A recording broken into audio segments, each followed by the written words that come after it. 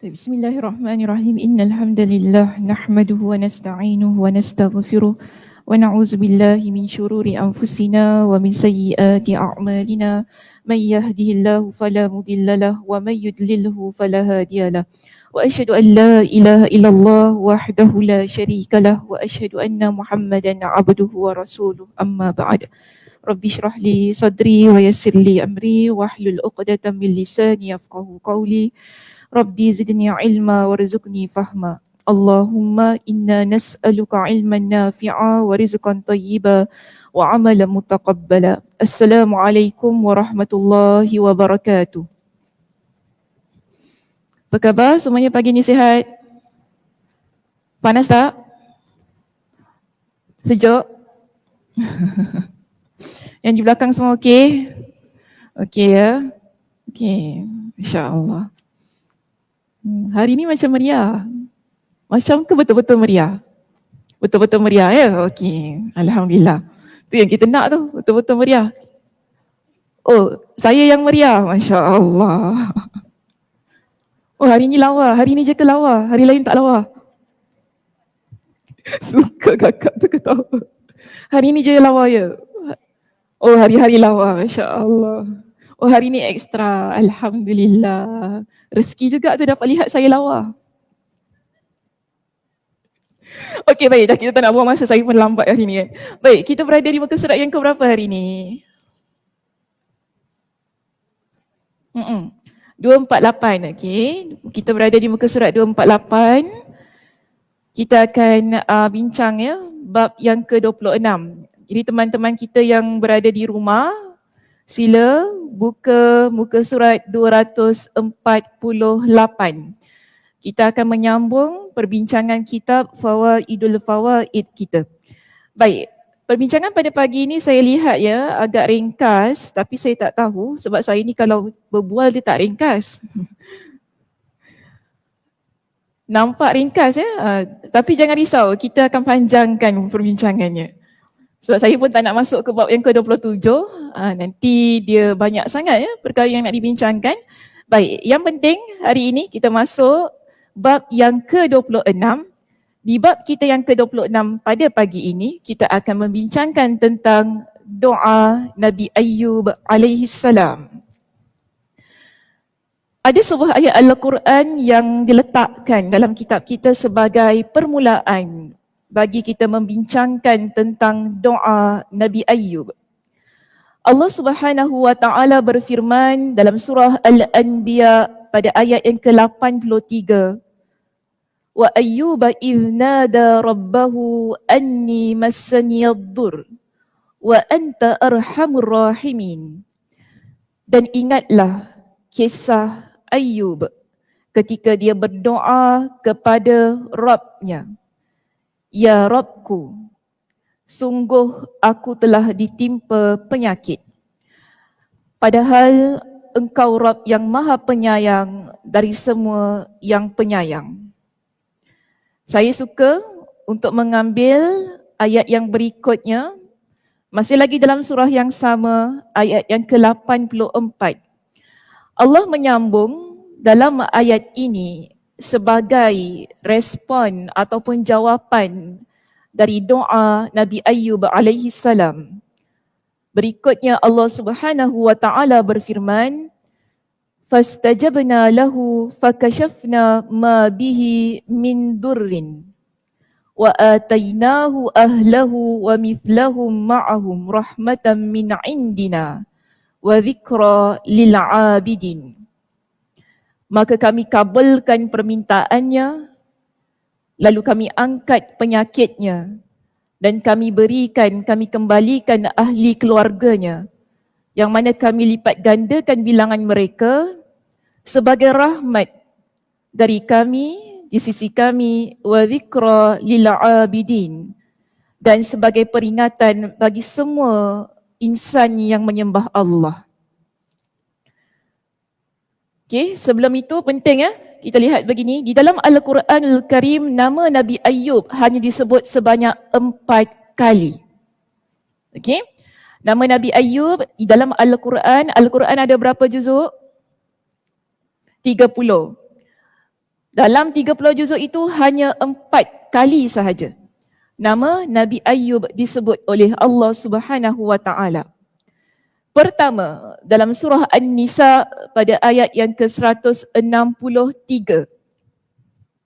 Pertama, surah An-Nisa ayat 163.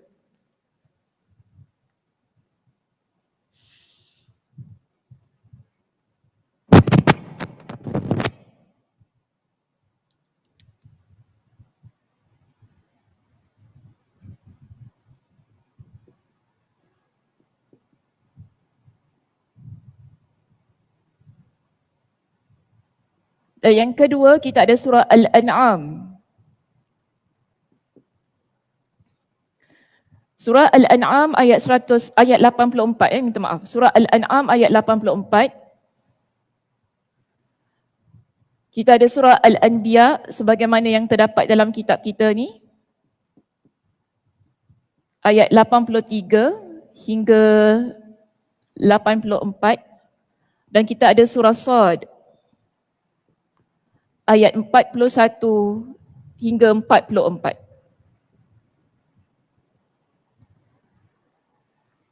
Okey. 4 tempat yang mana Allah Subhanahu wa taala sebutkan nama Nabi Ayyub. Kalau kita buka dalam Al-Quran, ini saja. Dalam ayat ini, dalam surah ini dan ayat ini saja. Nabi Ayyub alaihi salam diceritakan Allah Subhanahu wa taala di dalam Al-Quranul Karim. 2 ayat yang pertama, surah An-Nisa dan surah Al-An'am, menceritakan tentang keturunan Nabi Ayyub alaihi salam. Okey?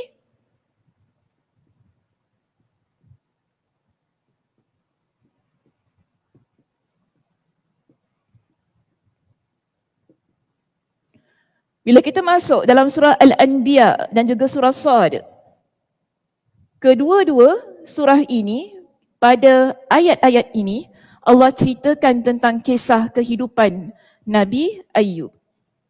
Tapi kisah hidup Nabi Ayyub ini, Allah sebutkan secara ringkas sahaja. Ringkas saja, tidak diceritakan dengan detail, tak sebagaimana kisah Nabi Yusuf alaihi salam, Nabi Muhammad sallallahu alaihi wasallam, Nabi Adam alaihi salam. Kisah Nabi Ayyub hanya disebut secara ringkas. Dan di sini di kalangan para ulama, mereka mengambil pendekatan untuk tidak banyak menceritakan tentang kisah Nabi Ayyub alaihi salam. Apa yang ada dalam Al-Quran itulah yang kita pegang dan kita ambil. Walaupun di sana ada banyak riwayat-riwayat Israiliyat. Riwayat Israiliyat ni maksudnya ialah diambil daripada kitab-kitab lama, kitab-kitab Injil, kitab Taurat untuk menguatkan kisah. Namun ada di kalangan para ulama, mereka rasa tak perlu untuk mengambil kisah-kisah itu dimuatkan sebagai penguat kepada apa yang terdapat dalam ayat Al-Quran. Jadi ramai di kalangan para ulama, mereka tawakuf. Tawakuf maksudnya mereka berhenti saja pada apa yang Allah Subhanahu wa taala kisahkan, itulah yang kita terima. Di samping ada hadis Nabi sallallahu alaihi wasallam juga yang menceritakan tentang Nabi Ayyub alaihi salam. Namun yang menariknya kita lihat, bila kita buka bagi penjelasan surah Al-Anbiya ayat yang ke-83 hingga 84, Imam Ibn Kathir rahimahullah ketika beliau mentafsirkan ayat ini, dia berikan sedikit pengenalan tentang siapa Nabi Ayyub dan bagaimana keadaan kehidupan Nabi Ayyub alaihi salam. Nabi Ayyub alaihi salam dikenali sebagai seorang nabi yang kaya. Bukan kaya tapi raya.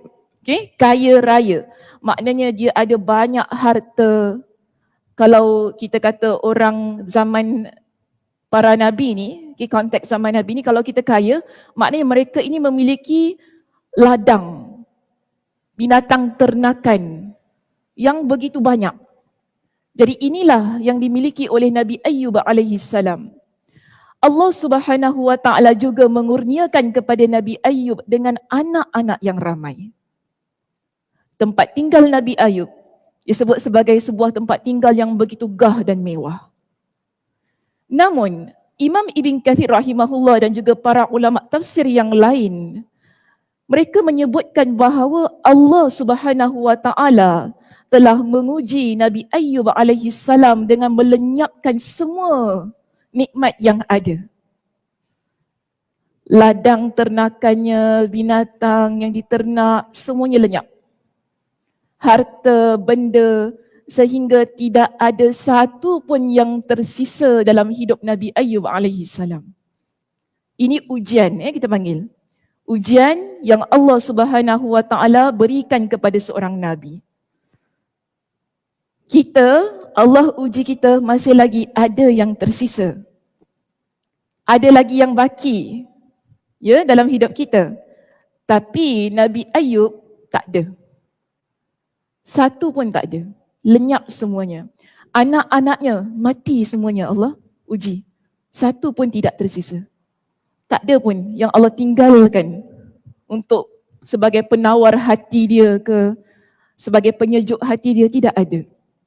Setelah itu, apa yang berlaku? Allah uji lagi Nabi Ayyub ini dari sudut kesihatannya.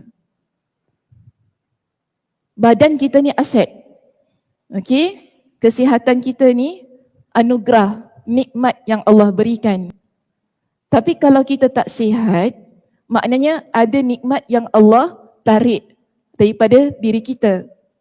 Nabi Ayyub alaihi salam disebutkan dalam kitab-kitab tafsir, Allah uji beliau dengan penyakit yang mana seluruh tubuh dia ni tak ada satu pun yang tak terkena penyakit. Hanya yang kekal pada dia yang sihat, hati dan lidahnya. Para ulama menyatakan hati dan lidah inilah yang digunakan oleh Nabi Ayyub untuk berzikir kepada Allah siang dan malam. Yang kekal tu, hati dan lidah dia. Dia gunakan untuk apa? Berzikir kepada Allah siang dan malam, tanpa henti. Orang ramai di persekitarannya telah memulaukan baginda. Nabi Ayyub dipulaukan oleh orang ramai kerana penyakitnya. Ada di kalangan para ulama mengatakan dia terkena penyakit kusta yang berbau sehingga orang tak sanggup untuk dekat dengan dia. Dan akhirnya daripada rumah yang gah mewah, Nabi Ayyub alaihi salam berpindah ke sebuah tempat yang begitu terpencil daripada orang ramai. Namun Allah Subhanahu wa taala masih berikan kepada dia dengan satu nikmat, kesetiaan seorang isteri untuk berada di samping dia. Kesetiaan seorang isteri yang tidak berbelah bahagi untuk memberikan sokongan moral, jiwa dan raga, bekerja siang dan malam untuk menampung kehidupan mereka. Kesetiaan seorang isteri inilah nikmat yang kekal Allah berikan kepada Nabi Ayyub alaihi salam. Di saat orang lain meninggalkan dia, ada seorang isteri yang Allah berikan sebagai penawar jiwanya. Nabi SAW menceritakan dalam sebuah hadis yang mana riwayatnya disebut sebagai riwayat yang sahih, diriwayatkan oleh Imam Ibn Jarir dan juga Imam Ibn Hatim dalam kitab kedua mereka. Dan sanad yang saya bawakan adalah daripada Imam Ibn Jarir, yang mana Nabi SAW menyebutkan Nabi Ayyub alaihi salam dia sakit selama 18 tahun. 18 tahun Allah uji dia dengan penyakit. Selama 18 tahun, apa yang dilakukan oleh Nabi Ayyub alaihi salam? Berzikir kepada Allah tanpa henti. Nabi SAW menceritakan, Nabi Ayyub alaihi salam memiliki 2 orang sahabat. Sahabat ini sentiasa datang mengunjungi Nabi Ayyub alaihi salam. Ketika mereka datang pagi, kadang-kadang mereka datang pada waktu siang. Nabi SAW menyebutkan kedua ini adalah di kalangan yang istimewa untuk Nabi Ayyub alaihissalam. Namun ada pada satu ketika, salah seorang di kalangan mereka ini pun berkata, maknanya setelah balik daripada bertemu dengan Nabi Ayyub, mereka ni berbincang-bincang, bersembang-sembang antara mereka berdua. Salah seorang di kalangan mereka ini pun berkata, Allah Subhanahu wa Ta'ala tidak menyayangi Ayyub. Allah Subhanahu wa Ta'ala telah mengazab Ayyub. Temannya yang seorang lagi pun bertanya, atas dasar apa engkau mengatakan sedemikian? Sedangkan kita tahu dia adalah seorang Nabi. Mana mungkin Allah Subhanahu wa Ta'ala akan membenci seorang Nabi? Teman ini pun berkata, kau lihat, selama 18 tahun, Ayyub menderita dengan penyakitnya. Allah tak sembuhkan dia. Pasti ada dosa yang besar dia lakukan. Dosa yang paling besar yang mana orang tak pernah lakukan. Sebab itu Allah uji dia dengan penyakit ini sehingga 18 tahun lamanya.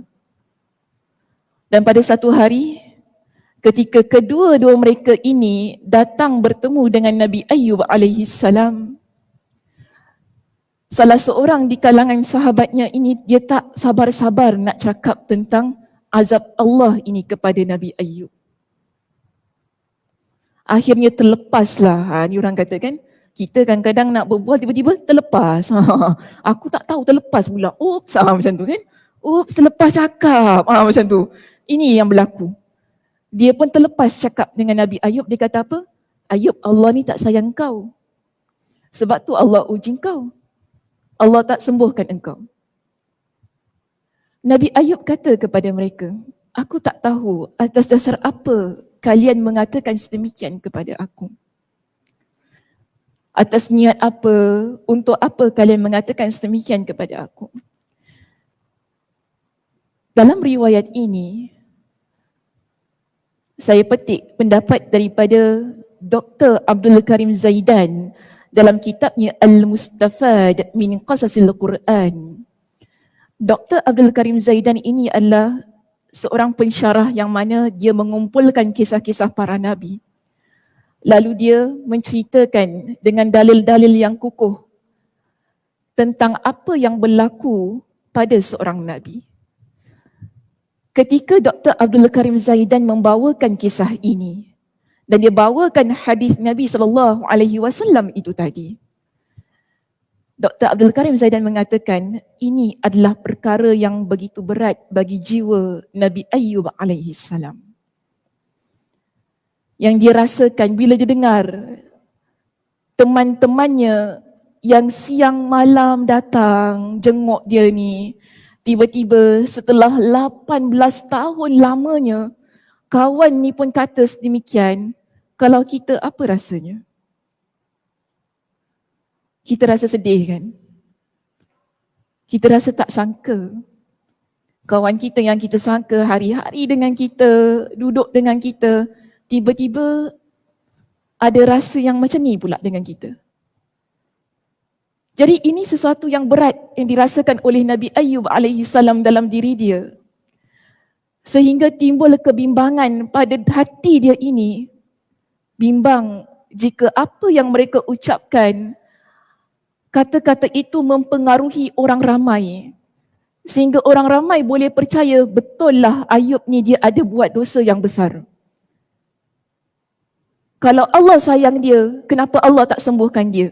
Kalau Allah sayang dia, kenapa Allah Subhanahu wa Ta'ala berikan dia dengan satu penyakit sampai 18 tahun lamanya? Hilang semua apa yang dia ada. Dulu hidup mewah, kemudian jatuh miskin. Dulu sihat, kemudian dia ada penyakit yang orang ramai semua tak nak dekat dengan dia. Di mana letaknya kasih sayang Allah pada diri dia? Dia bimbang. Jika itulah yang akan ada pada orang ramai ketika mereka dengar apa yang diucapkan oleh sahabatnya ini. Berikutan itu, inilah yang didoakan oleh Nabi Ayyub alaihissalam. Dalam surah Al-Anbiya pada ayat yang ke-83 itu tadi yang kita baca di awal perbincangan kita. Di mana Nabi Ayyub alaihi salam minta kepada Allah, Rabbi anni massaniyad-dur. Ya Allah, sesungguhnya aku ditimpa dengan penyakit. Wa anta arhamur rahimin. Dan sesungguhnya engkaulah yang maha penyayang. Tidak ada yang maha penyayang melainkan engkau.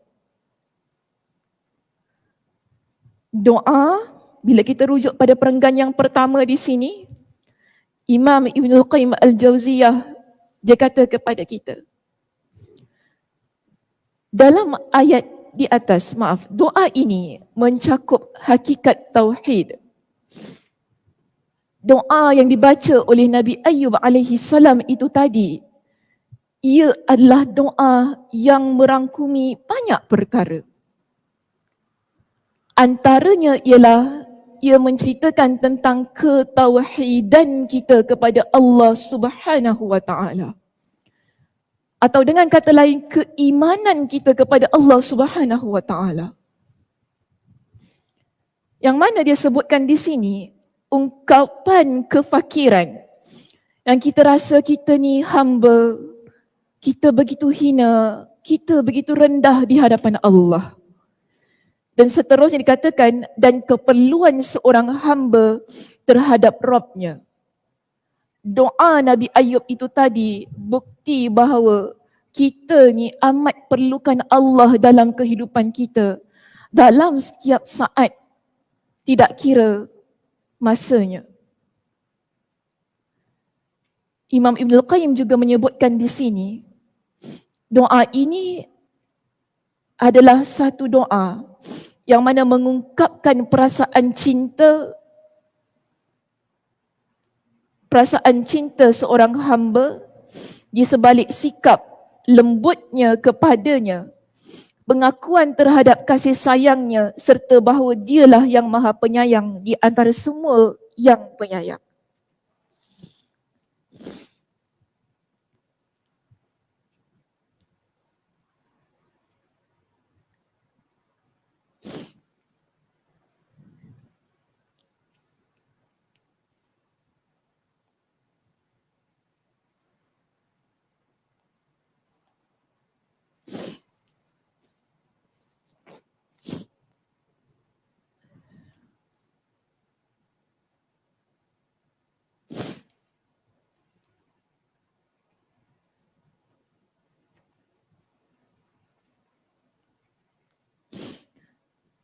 Baik, kita lihat begini. Bila Nabi Ayyub alaihi salam berdoa kepada Allah dengan ungkapan doa yang sedemikian, yang menunjukkan bahawa dirinya adalah seorang hamba yang benar-benar fakir, hamba yang tidak memiliki apa-apa, seorang hamba yang amat memerlukan Allah, seorang hamba yang mengucapkan rasa cintanya kepada Allah Subhanahu wa taala. Dan kita nampak begini, permintaan dia kepada Allah, ia berlaku selepas 18 tahun. Dia tak sakit-sakit terus, dia doa pada Allah. Kerana Nabi Ayyub mengetahui Allah itu maha mengetahui. Allah tahu keadaan diri dia, sebab itu siang dan malam dia berzikir kepada Allah sebagai tanda ketaatan dan kesabarannya pada ujian yang Allah Subhanahu wa taala berikan dalam hidup dia. Sebab itu muslimah, bila kita lihat dalam surah Sad, pada ayat yang ke-44, Allah mengangkat martabat Nabi Ayyub alaihi salam sebagai seorang hamba yang sabar. Allah kata apa? Maknanya Allah acknowledge. Di kalangan para ulama menyatakan bahawa ayat ini menunjukkan kepada kita Nabi Ayyub alaihi salam dijadikan sebagai imam. Maksud imam di sini sebagai contoh. Dijadikan sebagai contoh tauladan untuk mereka yang nak belajar tentang sabar. Kerana apa? Allah kata di dalam ayat ini, inna wajadnahu sabira. Sesungguhnya kami dapati dia adalah seorang hamba yang penyabar. Ni'mal abdu, sebaik-baik hamba. Yang mana Allah kata innahu awwab, dia adalah hamba yang amat taat kepada Rabbnya. Hamba yang Allah Subhanahu wa taala sebutkan dia sebagai seorang yang penyabar, Allah sebutkan dia sebagai sebaik-baik hamba. Allah Subhanahu wa taala juga sebutkan dia sebagai seorang hamba yang taat kepada Allah. Itulah yang menjadi penyebab mengapa Allah Subhanahu wa taala mengabulkan doanya. Okey, itulah menjadi penyebab mengapa Allah Subhanahu wa taala mengabulkan doanya. Dan jelas kepada kita di sini, Allah Subhanahu wa taala, kenapa saya nak kata begini? Kenapa Allah Subhanahu wa taala angkat Nabi Ayub ini sebagai seorang yang sabar? Kerana selama 18 tahun dia sakit. Selama 18 tahun itulah pelbagai macam perkara yang berlaku dalam kehidupan dia. Akhirnya bila datang dua sahabat ini yang mengucapkan perkataan yang dirasa begitu berat untuk dia tanggung, barulah dia berdoa kepada Allah agar Allah Subhanahu wa taala meringankan apa yang sedang dia tanggung. Dan di sini kita lihat benarlah apa yang disabdakan oleh Nabi sallallahu alaihi wasallam. Asyaddul bala al-anbiya. Sedahsyat-dahsyat bala, sebesar-besar bala, sebesar-besar ujian, sebesar-besar musibah yang Allah berikan adalah kepada para anbiya. Allah Subhanahu wa taala buktikan di dalam ayat Al-Quran ini. Ujian yang Allah Subhanahu wa taala timpakan ke atas diri seorang hamba yang paling berat adalah ke atas seorang nabi. Semua para nabi, bila kita baca kisahnya, ada ujian yang Allah Subhanahu wa taala hadirkan dalam kehidupan mereka. Sebab itu Nabi kata di dalam sabda baginda itu tadi, sedahsyat-dahsyat bala, sedahsyat-dahsyat ujian ialah Allah berikan kepada seorang Nabi. Kemudian Nabi sebutkan pada tingkatan yang berikutnya, kepada orang-orang yang saleh. Seterusnya, kepada mereka yang seumpama dengan orang yang saleh. Di dalam riwayat ini, Nabi SAW menyebutkan, ujian itu bergantung pada keimanan seseorang. Makin mantap keimanannya kepada Allah, maka disitulah tingginya musibah atau beratnya musibah yang Allah Subhanahu wa taala akan timpakan dalam kehidupan dia. Kalau kita rasa ujian dalam hidup kita ini adalah ujian yang begitu berat, kita rasa jiwa kita begitu sesak, jiwa kita tak dapat nak bawa ujian tersebut, inilah masanya kita menelusuri kembali kisah para nabi. Sebagai insan yang Allah Subhanahu wa taala berikan dengan sedahsyat-dahsyat bala, bagi menguatkan jiwa kita, bagi memantapkan hati kita. Kerana kita kena ingat, di dalam surah Al-Ankabut pada ayat yang kedua, Allah Subhanahu wa taala memberikan persoalan kepada para hamba.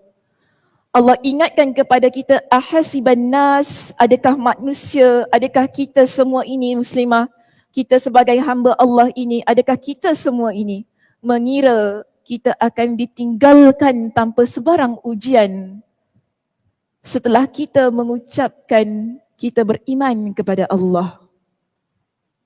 Setiap diri orang yang beriman tidak akan terlepas daripada sebarang ujian. Ujian adalah perhiasan dalam kehidupan orang yang beriman. ujian adalah sesuatu yang memang sudah Allah Subhanahu wa taala tetapkan untuk diri orang yang mengaku diri mereka beriman. Kerana apa? Pada ayat yang berikutnya dalam surah Al-Ankabut, Allah kata, untuk kami melihat sejauh mana kebenaran keimanan mereka. Adakah mereka itu benar-benar beriman atau mereka hanya sekadar beriman pada lidah mereka sahaja. Ini tujuan ujian yang Allah Subhanahu wa taala berikan dalam kehidupan kita. Sebagaimana Nabi Ayub alaihi salam itu tadi, kita tak kata dia adalah seorang yang pendosa. Ya, para nabi ini adalah maksum. Nabi Ayub ini, sebagaimana teman-teman dia kata tadi kan, mungkin Ayub ni adalah buat dosa besar. Dia buat dosa besar yang mana orang lain tak pernah buat, sebab tu Allah Subhanahu wa taala berikan azab begitu kepada dia. Namun di sini yang saya nak katakan, ujian dalam hidup kita tak semestinya kerana kita ni ada buat dosa. Allah Subhanahu wa taala berikan ujian dalam hidup kita dengan pelbagai macam sebab. Yang kadang-kala sebabnya hanya Allah Subhanahu wa taala yang Maha mengetahui. Dan kita sebagai seorang hamba, kita berhadapan dengan ujian tersebut dengan penuh kesabaran. Itu adab kita. Sebagaimana yang ditunjukkan oleh Nabi Ayub alaihi salam itu tadi. Dan di sini kita lihat bagaimana Nabi Ayub alaihi salam disebut di kalangan para ulama sebagai seseorang yang mana memiliki adab ketika dia berdoa. Ketika dia berdoa itu tadi disebutkan bahawa ada dua. Ada dua adab doa.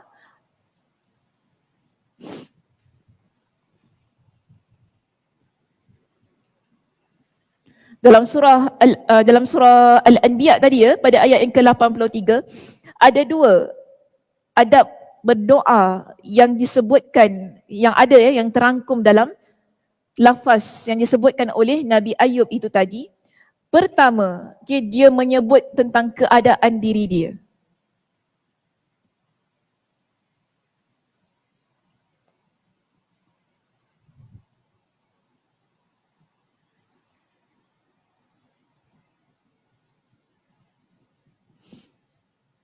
Nabi Ayub sebut apa tadi tentang diri dia? Nabi Ayub kata apa tadi tentang diri dia? Dia sakit. Maknanya dia beritahu. Padahal Allah tu Maha mengetahui kan? Kita tak sebut pun Allah dah tahu dah. Tapi di sini adab. Okay? Dia macam ni lah. Kita kalau nak minta sesuatu, kita sebutkan apa yang kita minta. Kita tak datang-datang pada orang depan-depan, minta. Apa cik rasa kalau anak cik buat gitu? Oh, mengirap darah aku. Anak kita datang, mak, kita apa? Kita kata gitu kan ke anak kita, apa? Kenapa adabnya tak ada? Kita nak minta sesuatu, kita beritahu. Mak, ada ni tak? Mak, macam ni. Kita kata gitu kan? Kita beritahu tentang keadaan kita, apa yang kita inginkan. Ini adab namanya. Adab dalam meminta. Kita beritahu apa yang sedang kita hadapi dan apa yang kita inginkan. Samalah kalau orang nak jemput saya ceramah, jangan tiba-tiba free tak? Saya pantang. Betul, saya pantang. Adab kena jaga ya. Bukan kita kata kita nak bangga diri kita besar tak. Tapi ada adab. Tiba-tiba mesej, free tak? Kenapa tanya free ke tidak?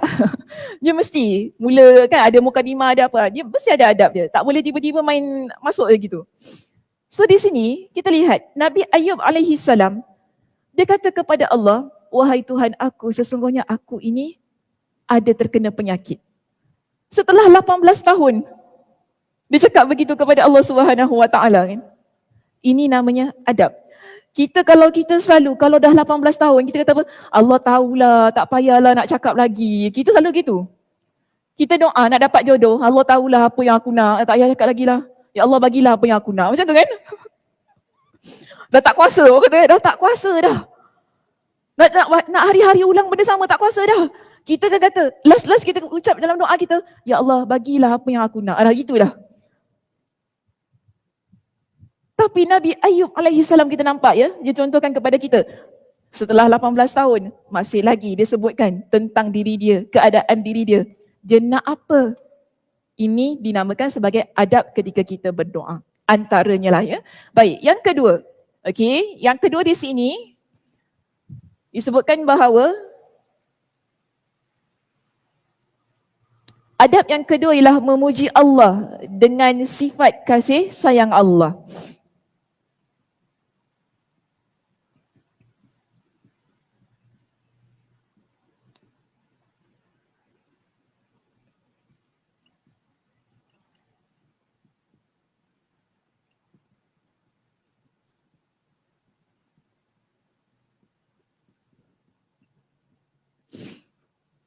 Okay, adab yang kedua ialah setelah Nabi Ayub alaihi salam dia sebutkan tentang keadaan diri dia, dia puji Allah.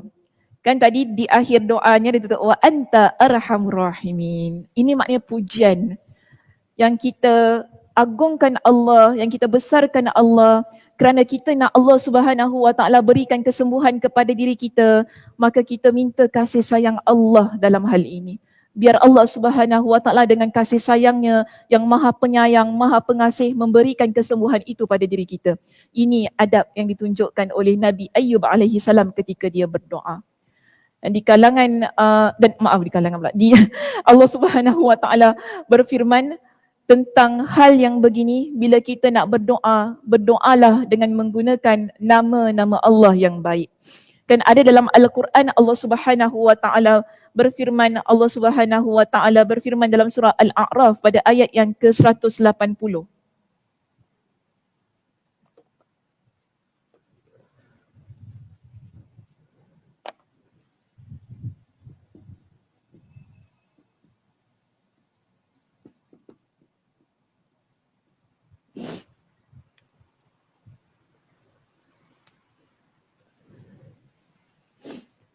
Baik, dalam surah Al-A'raf pada ayat yang ke-180 Allah Subhanahu wa taala berfirman, apa kata Allah? Walillahil asmaul husna. Dan pada Allah, bagi Allah ada nama-namanya yang baik.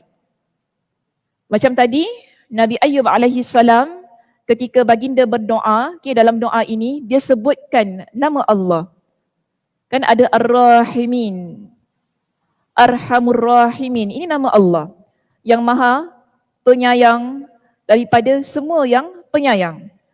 Okey, itu dipanggil sebagai nama Allah yang mana Allah kata walillahil asmaul husna fad'uhu biha. Jadi inilah yang Allah Subhanahu wa taala perintahkan kepada kita. Allah kata apa? Pada Allah ada nama-nama yang baik. Maka dengan nama-nama yang baik inilah fad'uhu biha, kalian berdoa dengannya. Kita doa dengan nama-nama Allah. Kan dalam Allah ada, kita tak boleh kata. Okeylah, yang masyhurnya kita ada 99 nama Allah. Asmaul Husna. Untuk mudahlah ya. Okey, sebagai secara umumnya. Tapi sebenarnya lebih. Allah ada lebih daripada 99.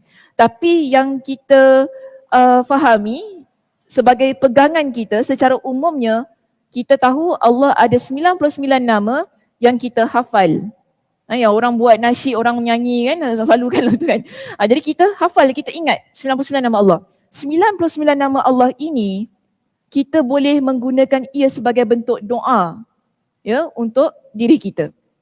Kerana itulah perintah Allah Subhanahu wa taala. Dan inilah yang ditunjukkan oleh Nabi Ayub alaihi salam. Ketika dia berdoa itu tadi dia menggunakan nama-nama Allah. Contoh, masa bulan Ramadan kita selalu doa apa? Kuat sikit Kak Som, tak dengar. Ya Tawwab. Ya Tawwab boleh. Selain daripada itu, riwayat yang lebih sahih.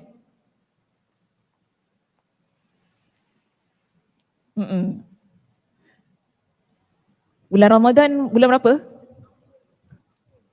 Afun. Allahumma innaka afuun tuhibbul afwa fa'fu anni. Doa yang biasa kita bacakan dalam bulan Ramadan kan? Doa itu ada nama Allah, Afuun. Allahumma innaka afuun. Ya Allah, sesungguhnya engkau maha pengampun. Ini nama-nama Allah. Kita gabungkan dalam doa, lalu kita minta kepada Allah, Allahumma innaka afuun tuhibbul afwa. engkau cinta untuk memaafkan. Fa'fu anni, maka ampunilah saya. Dalam doa ini jelas menunjukkan ada nama Allah yang kita ucapkan setiap hari, setiap masa kan, yang kita selalu lantunkan dalam bulan Ramadan. Maknanya bertepatan dengan apa yang ditunjukkan oleh Nabi Ayyub alaihissalam di sini. Ketika dia berdoa, kenapa Allah Subhanahu wa taala mengkabulkan doanya? Kerana antara ungkapan doa itu ada nama-nama Allah yang baginda gunakan ketika berdoa. Ada juga seorang sahabat Nabi, dia pernah berdoa menggunakan nama Allah. Yang mana Nabi kata, orang ini, sahabat ini, kalaulah orang lain berdoa sebagaimana dia, idza du'iya bihi ajaba wa idza su'ila bihi a'ta. Bila Nabi SAW mendengar doa sahabat ini, Nabi SAW kata apa? Sesiapa sahaja kalau sekiranya dia berdoa dengan doa ini, maka Allah Subhanahu wa taala akan kabulkan. Dan kalau sekiranya kita minta kepada Allah dengan cara dia meminta ataupun dengan ungkapan lafaz yang dia minta, Allah Subhanahu wa taala akan beri apa yang dia inginkan. Kenapa sedemikian? Kerana dalam ungkapan lafaz doa sahabat ini, dia doa kepada Allah, Allahumma inni as'aluka bi anna lakal hamd, la ilaha illa anta ya mannan, ya badi'as samawati wal ard, ya zal jalali wal ikram. Kita lihat, dalam doanya ada gabungan nama-nama Allah Subhanahu wa taala yang diletakkan dalam satu doa, lalu dia baca selepas dia solat. Nabi SAW mendengar ungkapan lafaz doa itu, lalu Nabi kata apa? Ini. Sesiapa yang berdoa dengan doa itu, dengan lafaz itu, Allah akan kabulkan doanya. Sesiapa yang mana dia minta dengan permintaan menggunakan doa itu, Allah akan beri apa yang dia minta. Sekali lagi saya baca lafaz doa itu. Allahumma inni as'aluka bi anna lakal hamda. Ya Allah, sesungguhnya aku memohon bi anna, memohon kepadamu bi anna lakal hamda. Kerana apa? Engkaulah yang maha terpuji. Pujian itu hanya pada engkau. Kita tak boleh puji orang lain macam mana kita puji Allah. Kerana Allah itu maha segala-galanya. Dan pujian yang selayaknya kita panjatkan hanya kepada Allah Subhanahu wa taala. Sebab itu dalam doa ini mengatakan, Allahumma inni as'aluka bi anna lakal hamda. Kemudian setelah itu kita kata apa dalam doa ini? La ilaha illallah. Maaf, la ilaha illa anta. Tidak ada Tuhan melainkan engkau. Engkau Tuhan yang layak dipuji, layak dipuja. Kerana apa? La ilaha illallah. La ilaha illa anta. Anta bukan Allah. La ilaha illa anta. Tidak ada Tuhan melainkan engkau. Kemudian digabungkan dengan nama-nama Allah yang lain. Ya Mannan. Tuhan yang maha memberi. Ya Mannan. Ya Badi'as samawati wal ard. Yang memiliki langit dan bumi. Ya Zal Jalali wal Ikram. Yang memiliki keagungan dan kemuliaan. Rangkuman ataupun ungkapan doa ini merangkumi segala-galanya tentang nama-nama Allah. Allahumma inni as'aluka bi anna lakal hamda, la ilaha illa anta, ya Mannan, ya badi'as samawati wal ard, ya zal jalali wal ikram. Doa yang baik yang menggabungkan Asma'ul Husna, nama-nama Allah, memiliki potensi untuk dikabulkan. Bukan ini sahaja ya muslimah, tetapi apa sahaja doa yang mana kita rangkumkan ia dengan nama-nama Allah, di situlah ada potensinya doa tersebut dikabulkan oleh Allah Subhanahu wa taala. Contohnya sebagaimana yang diungkapkan oleh Nabi Ayyub alaihi salam itu tadi, yang disebut anta arhamur rahimin. Dia puji Allah Subhanahu wa taala dengan Maha Pengasih, Maha Penyayang di situ. Dan sebagaimana doa doa yang diminta oleh Aisyah radhiyallahu anha kepada Nabi yang disebut sebagai doa Lailatul Qadar itu tadi, Allahumma innaka afuwun tuhibbul afwa fa'fu anni. Ada nama-nama Allah Subhanahu wa taala di situ, iaitu afuwun, yang Maha Pengampun, Maha Pemaaf. Doa yang terakhir tadi yang kita sebut, yang kita baca tadi, dalam doa ini merangkumi lebih daripada satu nama-nama Allah. Kita ada Ya Mannan, Ya Badi'as Samawat wal Ard, Ya Zal Jalali wal Ikram. Maknanya gabungan yang cantik yang dikuatkan antara satu sifat Allah dengan sifat Allah yang lain, satu nama Allah dengan nama Allah yang lain, yang akhirnya itulah yang Nabi kata, orang yang kalau berdoa dengannya maka Allah akan perkenankan, dan kalau sekiranya dia minta dengan doa tersebut, Allah Subhanahu wa taala akan berikan apa yang dia minta. Dan sebab itu pada perenggan kita di sini, Imam Ibn Al-Qayyim mengatakan di dalam doa ini terkandung makna tawassul. Bila kita berdoa dengan Asma'ul Husna, dengan nama-nama Allah, ini kita panggil ia sebagai tawassul. Okey, memohon dengan perantara kepada Allah Subhanahu wa taala dengan sifat-sifatnya. Selain itu, ditunjukkan pula di dalamnya mengenai betapa besar keperluan seorang hamba kepadanya. Ini sebagaimana yang saya sebutkan tadi, bila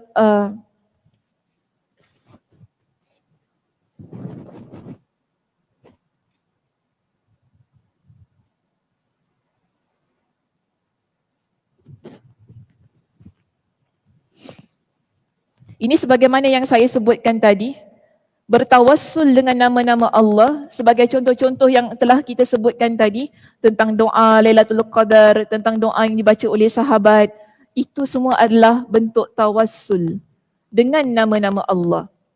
Jadi doa yang ada nama-nama Allah ini adalah doa yang Allah Subhanahu wa taala angkat. Kebiasaannya begitu. Okey, kebiasaannya begitu. Dan disebutkan di sini dalam kitab kita, apabila seseorang yang ditimpa musibah atau ujian dari Allah berdoa seperti doa Nabi Ayyub. Kita tak kata doa dengan doa Nabi Ayyub, tetapi seperti. Maknanya dalam doa itu ada adabnya. Ada dua tadi kan kita sebutkan, iaitu menyebut tentang keadaan diri kita, dan yang kedua, memuji Allah dengan sifat kasih sayang Allah itu. Jika dalam doa kita ada sebagaimana seperti doa Nabi Ayyub alaihi salam, nescaya apa yang menimpanya itu akan segera diangkat. Allah Subhanahu wa taala akan mengangkat doa orang yang mana berdoa seperti Nabi Ayyub alaihi salam. Di dalam hal ini, okay, saya nak kata ginilah.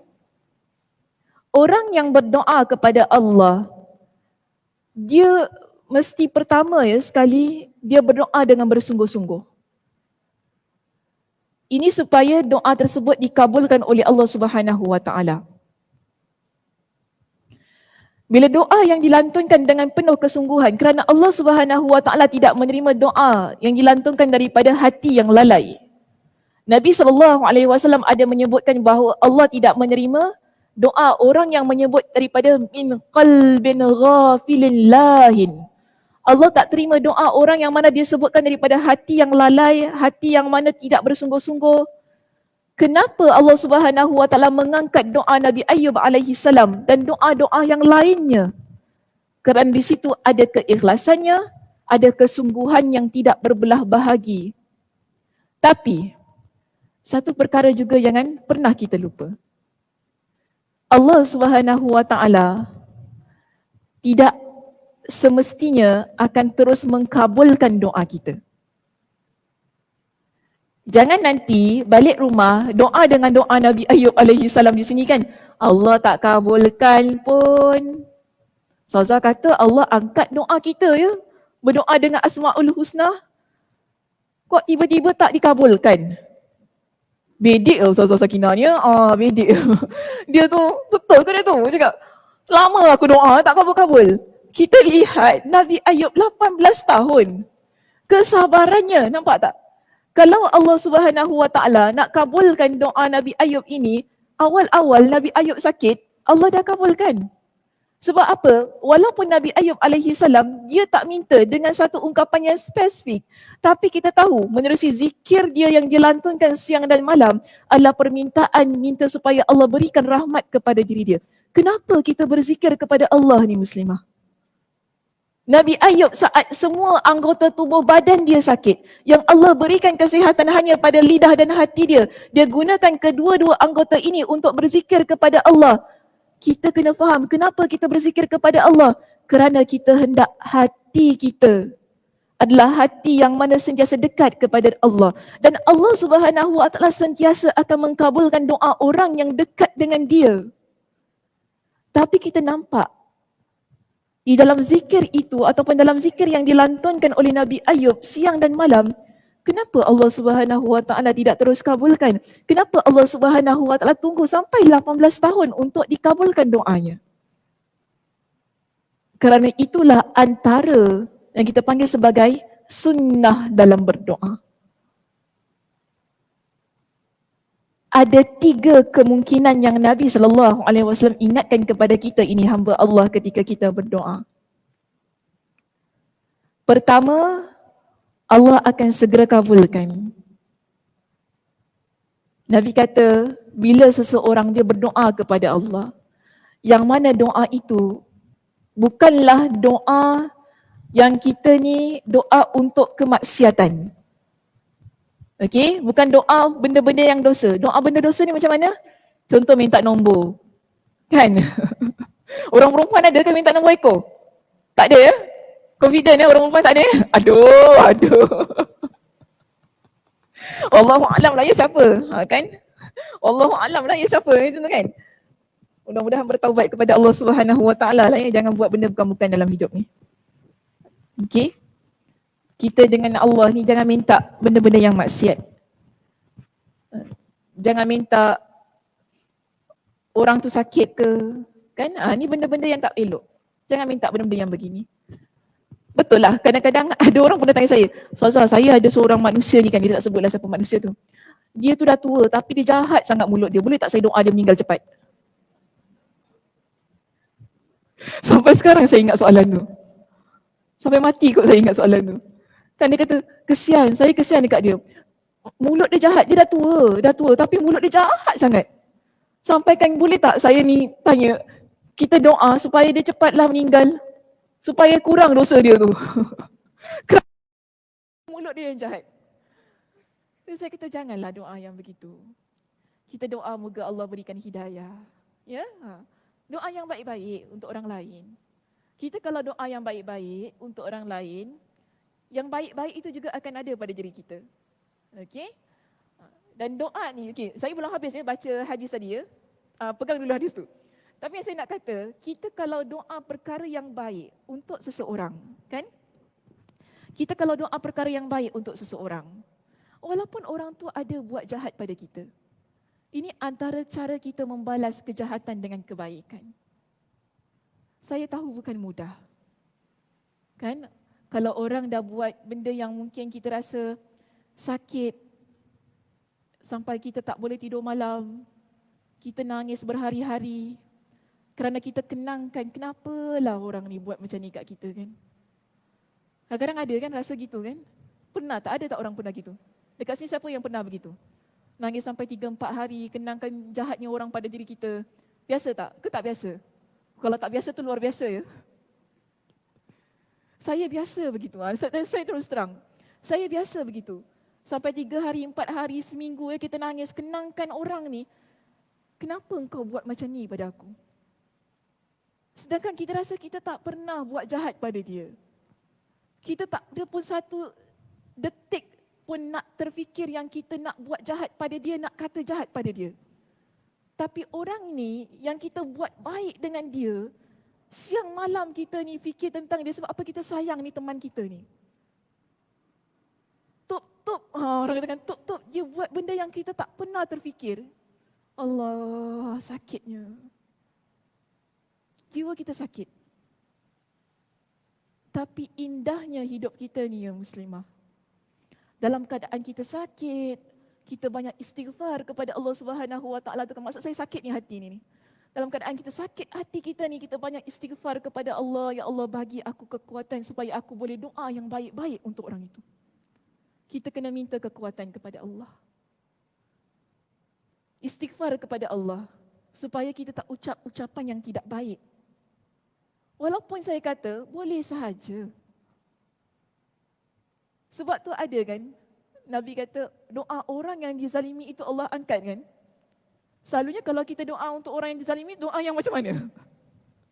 Satu hari Allah balas lah. Kita doa macam tu kan. Hari ni kau buat aku, ada lori, ada hari ada bas Betul tak? Ada hari ada bas, betul tak? Kita saja cakap gitu kan. Satu hari Allah balas. Kita buat pantun sampai macam tu sekali ya. Kerana kita rasa dizalimi. Maknanya boleh sahaja kita nak doa sesuatu untuk orang yang telah menyakitkan kita. Maksud yang betul-betul lah ya, jangan sikit-sikit kita doa yang tak baik untuk orang, bukan begitu. Maksudnya dia betul-betul ni menzalimi diri kita. Boleh sahaja kita doa untuk orang itu. Kan? Tapi bagi saya still, dia mesti doa yang baik-baik. Cuma mungkin doa kita biasanya, tak apa. Orang yang macam ini hidup dia tak senang. Kita doa gitu. Aku doa lah, tak senang lah hidup engkau Tak apa, hari ni kau buat aku, esok hari orang lain buat engkau. Kita selalu cakap gitu. Ayat kita kan, dia tak salah sebenarnya muslimah. Tak salah kita ucap begitu. Cuma tahan-tahanlah lidah kita ni. Okey? Tahan-tahanlah apa yang kita nak doa yang tak baik ni kepada orang yang telah menyakitkan kita. Doa yang baik-baik sajalah. Moga Allah berkati hidup dia. Bila kita doa Allah berkati hidup dia, mudah-mudahan Allah juga berkati hidup kita. Itu yang kita hendak. Kerana begini, kita pun tak sempurna bukan? Betul tak? Kita pun ada silap dia. Mungkin kita pernah buat salah pada orang kita tak perasan. Kita tak sedar. Mungkin ada perkataan yang kita ucapkan menyakitkan hati orang lain. Kita tak rasa benda tu. Dan satu hari Allah Subhanahu Wa Taala berikan kita rasa macam mana sakitnya. Kalau orang ni buat kita sakit hati dengan kata-kata dia. Ataupun dia tikam belakang kita ke apa kan. Allah bagi kita rasa. Kenapa Allah bagi kita rasa semua itu? Ini ujian ya, saya nak balik pada ujian. Kenapa Allah bagi kita rasa semua itu? Supaya kita tak buat pada orang lain. Itu kepentingannya. Kita kalau dah rasa sesuatu ni kan, ini untuk orang yang ada rasa lah. Kadang-kadang orang ni tak kisah. Walaupun dah banyak kali ujian Allah berikan kepada dia, dia peduli apa? Macam tu kan. Aku peduli apa? Aku kalau nak cakap, aku cakap. Ya, tak kisah sakit hati ke, dia nak apa, dia nak terguling ke apa, nak menangis 10 hari, sebulan ke apa, aku kisah. Macam tu kan. Ada aku kisah? Tak ada. Ada orang begitu? Tak ada. Tapi sekarang ini, kita nak kata hikmah. Kenapa antara Allah berikan ujian pada kita? Kenapa kadang-kadang Allah hantar orang ni sakitkan hati kita? Kenapa kadang-kadang Allah berikan kita dengan satu ujian yang Allah, dia punya hati tak boleh nak angs kita kata. Kan dengan penuh gayanya saya buat. Sebab sakit sangat hati tu. Kenapa dia tak boleh angkat tu? Supaya kita tak buat pada orang lain. Kita belajar daripada ujian hidup kita. Kita tak sakitkan hati orang lain, kita tak buat pada orang lain. Dia begitu keadaan dia. Kalau kita tahu ini milik orang lain, jangan kita ambil. Begitu keadaan dia. Senang. Supaya orang lain tu tak sakit hati. Tapi kadang-kadang kita tak begitu. Apa peduli apa aku milik dia. Kita ambil je lah suka hati. Yang penting aku dapat. Kadang-kadang kita macam tu. Kita tak fikir tentang apa yang orang rasa bila hak miliknya diambil. Satu hari Allah Subhanahu Wa Taala uji kita, apa yang kita suka Allah ambil. Dan yang ambil itulah orang yang baik dengan kita. Orang yang rapat dengan kita. Apa rasanya? Sakit, amat menyakitkan. Tapi kita belajar jangan buat pada orang lain. Kalau kita tahu itu dia suka. Itu memang sesuatu yang memang dia nak, dah sudah. Bahkan terbaik kalau dapat kita bantu teman kita tu dapat apa yang dia nak. Begitu keadaannya. Jangan diam-diam kita ambil. Kalau diam-diam kita ambil, itu maknanya tak baik. Maaf ya saya kata begitu, tak baik maknanya. Dalam hidup ni perlu jujur. Ya, perlu jujur dalam berteman, dalam bersahabat, dengan adik-beradik, suami isteri, kejujuran amat penting. Supaya kita tak saling sakit, menyakitkan antara satu dan yang lain. Sebab itu kita belajar mendoakan yang baik-baik untuk orang lain. Dah sudah. Walaupun dia sakitkan hati kita, doa saja moga Allah memberkati kehidupan dia dunia dan akhirat. Dan moga-moga Allah juga memberkati hidup kita dunia dan akhirat. Nabi kata, balik pada hadis tadi, Nabi kata, orang yang mana dia berdoa, doanya tidak mengandungi sesuatu bentuk dosa. Maknanya kita doa yang baik-baik untuk diri kita dan juga orang lain. Dan juga doa yang tidak mengandungi unsur untuk memutuskan silaturahim. Doanya begitu, ada 3 kemungkinan. Pertama, Allah akan segera kabulkan doanya. Kedua, Allah Subhanahu Wa Taala akan simpan doa itu untuk akhiratnya. Dan yang ketiga, Allah gantikan ia dengan sesuatu yang lebih baik. Okey, 3 keadaan ini berlaku. Jadi, kita lihat begini. Kalaupun kita sudah berdoa dengan Asmaul Husna itu tadilah kan. Dengan doa-doa yang kita kata ada potensinya dikabulkan oleh Allah Subhanahu Wa Taala. Jika lambat, saya tak nak kata Allah tak kabulkannya. Kerana Allah itu Maha mendengar. Jika setiap daun yang berguguran itu Allah tahu berapa helainya.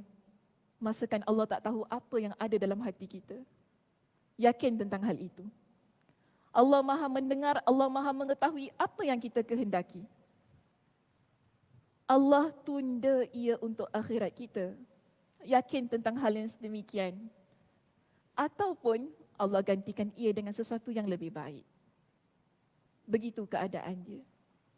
Jangan kita mempertikaikan kenapa Allah tak bagi apa yang saya hendak. Adakah kerana Allah itu tak sayang saya? Mungkin ini soalan yang kita akan timbulkan. Kenapa orang tu dia minta senang dia dapat Kita ni doa bertahun-tahun. Nabi Ayub 18 tahun doa. Dia minta kepada Allah. Kali yang ke-18 ni betul-betul dia doa ni kepada Allah. Kerana beratnya rasa teman dia sebutkan begitu. Allah kabulkan doa dia. Dan adakah benar selama 18 tahun itu Allah tak sayang dia? Bukan begitu keadaan dia. Inilah yang kita panggil sebagai ujian dalam kehidupan manusia. Yang Allah berikan dalam hidup kita, bila kita doa sesuatu, tak semestinya Allah akan beri sebagaimana sama yang kita inginkan. Inilah keyakinan yang perlu ada pada diri seorang yang beriman kepada Allah Subhanahu Wa Taala. Di sini, di akhir perenggan kita di sini, Imam Ibn Qayyim Al-Jauziyah dia sebutkan begini. Keampuhan doa ini pun telah teruji. Keampuhan maksudnya kekuatan. Doa yang diungkapkan oleh Nabi Ayub itu tadi, dia kata dah teruji. Maksudnya bila Nabi Ayub berdoa dengan doa yang begini, seperti ini, Allah Subhanahu Wa Taala kabulkan doanya. Maknanya doa itu adalah antara doa yang Allah Subhanahu Wa Taala kabulkan lafaznya. Dan dia sebutkan juga begini, sungguh siapa saja yang membaca doa ini sebanyak 7 kali. Sabar ya, jangan catat dulu. Saya tahu orang excited. Kita excited kalau kita dapat satu amalan bukan? Okey, sabar dulu. Sungguh siapa sahaja yang membaca doa ini sebanyak 7 kali, apalagi jika disertai dengan pemahaman seperti yang telah dijelaskan, nescaya Allah akan menghilangkan kesulitannya. Sila lihat nota kaki nombor 39 di muka surat 249. Tidak ada dalil yang membenarkan kemustajaban doa ini. Maknanya tidak ada dalil yang sahih menyatakan kita baca doa ini sebanyak 7 kali. Jadi pentahqiq ni dia jelaskan kepada kita. Yang bolehnya di sini ialah kita berdoa sahaja tanpa menetapkan bilangannya berapa. Okey, kita nak doa berapa banyak kali, kita nak doa bila, kan? Waktunya itu terpulang pada diri kita tanpa meletakkan bilangannya. Walaupun dalam kitab kita letakkan bilangan, kan? Dia kata 7 kali. Tapi saya juga lebih cenderunglah dengan pendapat yang terdapat dalam nota kaki kita di sini. Maknanya doa Nabi Ayub ini, kalau kita berada dalam keadaan kesulitan, mungkin kita ada terkena musibah, penyakit, apa sahaja kesulitan dalam kehidupan kita. Kita nak doa, dengan doa ini dipersilakan. Berapa banyak kali kita nak baca, bila kita nak baca, masa solat tahajud ke, masa selepas solat fardu kita ke, dalam kita doa, dalam ketika kita sujud ke, tak kisah. Kerana apa? Tidak ada dalil yang khusus menekankan, menunjukkan waktunya, bilangannya. Okey? Dan bagaimana keadaannya? Kerana ia adalah sesuatu yang umum. Cuma tak pasti mengapa Imam Ibn Al-Qayyim Al-Jauziyah dia sebutkan sedemikian. Mungkin ia berdasarkan kepada amalan dia sendiri. Sebab kadang-kadang para ulama dia begitu.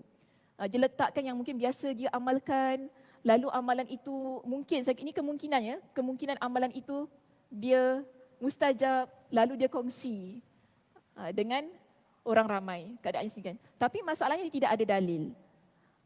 Cuma boleh amalkan? Boleh. Tak ada masalah. Okay, tidak ada masalah. Tapi tidak terhad dengan bilangan yang disebutkan di sini. Okey, baik, itu sahaja perbincangan kita pada pagi ini. Mudah-mudahan Allah Subhanahu Wa Taala memberikan kefahaman pada setiap perbincangan yang telah saya tampilkan, dan mudah-mudahan Allah Subhanahu Wa Taala memberikan kepada kita dengan kesabaran sebagaimana kesabaran yang ada pada Nabi Ayub alaihi salam. Ya, kesabaran yang kita lihat tiada tolok bandingnya lah kesabarannya di sini. Allah uji dengan segala-galanya pada hidup dia. Namun kalau kita lihat kerana kesabaran itulah, kerana dia menjadi orang yang banyak berzikir kepada Allah Subhanahu Wa Taala, menggunakan apa yang tinggal itu, hati dan lisannya, ia menjadi penyebab Allah Subhanahu Wa Taala mengkabulkan doanya.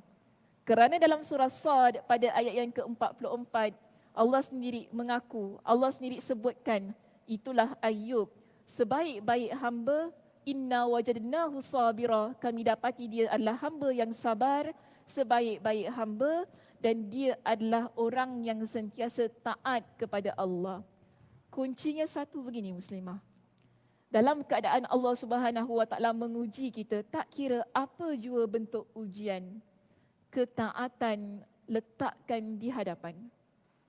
Jangan pernah kita meninggalkan Allah Subhanahu Wa Taala ketika Allah Subhanahu Wa Taala uji kita dengan pelbagai macam ujian dalam kehidupan kita. Di situlah, ya, bila kita ni mula renggang dengan Allah, bagaimana Allah ingin mengkabulkan permintaan-permintaan kita. Jadi semakin kita diuji, semakinlah kita letakkan kesabaran, semakinlah kita mantapkan ketaatan.